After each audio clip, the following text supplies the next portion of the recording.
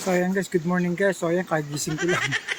So malakas kasi ulan dito sa amin guys. So medyo maingay lang yung bus over natin dahil gawa ng bumabagyo dito at wala tayong phone. So wala tayong portable na microphone. So ayan.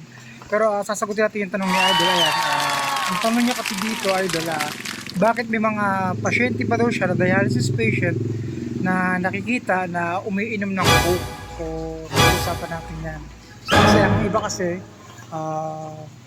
sinasabi kasi nila bawal daw na uminom ng coke or soft drinks yung mga patient, yung dialysis patient na or sira na yung kidney dahil sa, alam naman natin kapag sira ang kidney is tawag dito, hindi na nagpipilter ng dugo, hindi na naglilinis ng toxin, ganyan yan.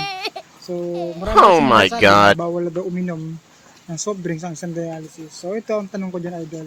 Ang bali mo sasagot ko dyan Idol, yung first time, yung unang nagda-dialysis ako, pumasok din sa isip ko talaga yun na kailangan kong mag-diet, kailangan kong umiwas sa mga bawal, kailangan kong huwag uminom ng ganito, huwag kumain ng ganito. Which is okay naman, tama naman. Then, doon ko napagtanto habang tumatagal ako sa dialysis center, mayroon pang mas mga matatagal sa akin na nagda-dialysis. Nandiyan na yung 10 years, nandiyan na yung 15 years, nandiyan na yung 20 years na nagda-dialysis. So dito ko napagtanto mga idol na tuwing ang dialysis po kasi namin Idol, 4 na oras kasi bago kami matapos sa dialysis namin.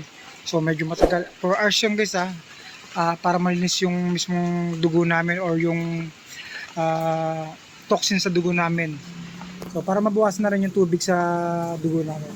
So after 2 hours, so bago matapos, bago mag 3 hours, then nakakita ako ng pasyente na hindi naman pinagbabawalan na umiinom ng Royal. So Royal nakita ko yung Royal nga is nasa 500 ml. So medyo marami-rami yun So nagulat ako kasi nung hindi pa siya umiinom yun, medyo hinang-hina siya. As in baksak, nahihilo, nagsusuka. So iba yung pakiramdam niya, para daw siya nalalamig, para siyang nilalagnat. So parang nahihirapan siyang huminga. Ngayon ang advice ng Nepro doon sa nagbabantay doon sa pasyente, doon sa kasama ko, bilang ng coke or honey or mga candy na matamis tulad ng mga chocolate, mga ganyan. So sabi ng doktor na tumitingin sa kanya or nurse, bilang mo lang ng soft drinks o Royal or kaya coke, so yung malamig daw. So kahit yung maliit lang daw. So nagulat naman ako doon sa nagbantay, ang binili malaki, yung 500 ml. So, ang sabi ng nurse, ng Nepro, painumin mo. So, nang pinainom, siguro mga 25 minutes lang. Biglang active ako. So, sabi niya, biglang nagyaya umuwi. Uwi na po ako doon, kaya ko na po. So, nawala na yung hilo niya, nawala na yung pagsakit ng ulo niya, nawala na yung pagsusukaya. Which is, tinanong ko sa doktor. So, syempre tayo, chismoso tayo. Bilang dialysis patient, kailangan alamin din natin yan kung talaga bang nakakatulong to o nakakasama. So tinanong ko yung doktor. So sabi ko, Dok, di ba bawal po sa isang dialysis patient o sa kidney failure yung umiinom ng soft drinks? So ang sagot na sa akin ng doktor talagang tama rin. So ang sabi na sa akin ng doktor, sir, kung kidney failure ka pa lang at hindi ka pa nagda-dialysis, which is bawal po talaga yung soft drinks. So pinagbabawalan ka pa kapag nasa UTI ka pa lang o nasa level ka pa lang na sira pa lang yung kidney mo.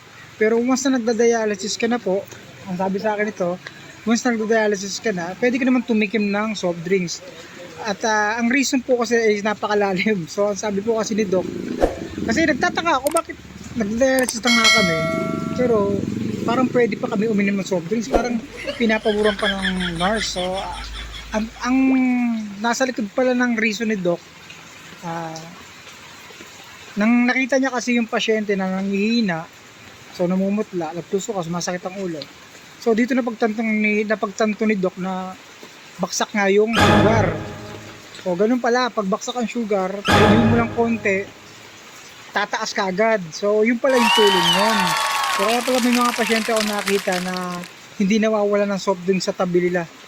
So ganun pala. So yun Idol, doon sa mga pasyenteng reasonable kung bakit na dialysis dahil sa taas ng diabetic, talagang pwede naman mag-take ng soft drinks.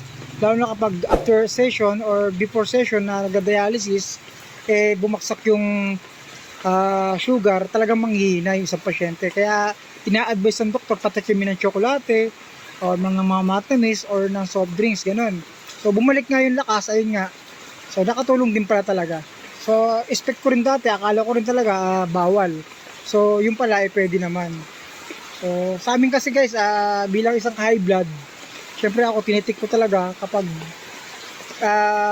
bababa talaga yung dugo ko, nararamdaman ko nahihilo ko, is yung Mentos candy lang, mga mentol, mga ganyan lang. Ngayon, yung habang tumatagal ako sa dialysis at tinitik ko yun kapag nahihilo ko, hindi na siya nawawala, so nandun na yung hilo ko.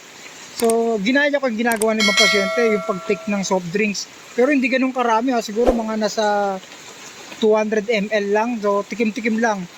Hanggang sa after na realize ko na nakaka-effective nga, lumalakas nga ako. So doon ko na-realize kapag bumaksak pa talaga yung sugar blood mo, talagang manghihina ka. Manghihina, magsusuka, may hilo, nahihirapang huminga. So ang daming pwede mong may experience.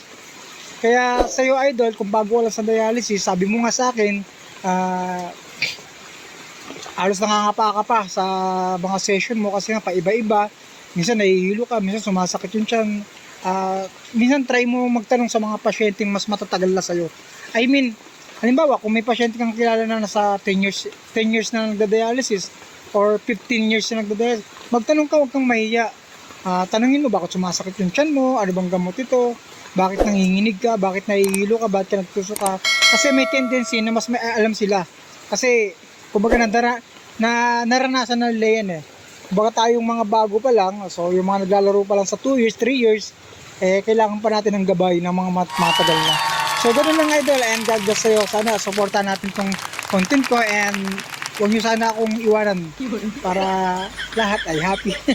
So maraming salamat and yan, God bless po sa inyo sa lahat ng mga sinusubscribe sa atin. God bless po.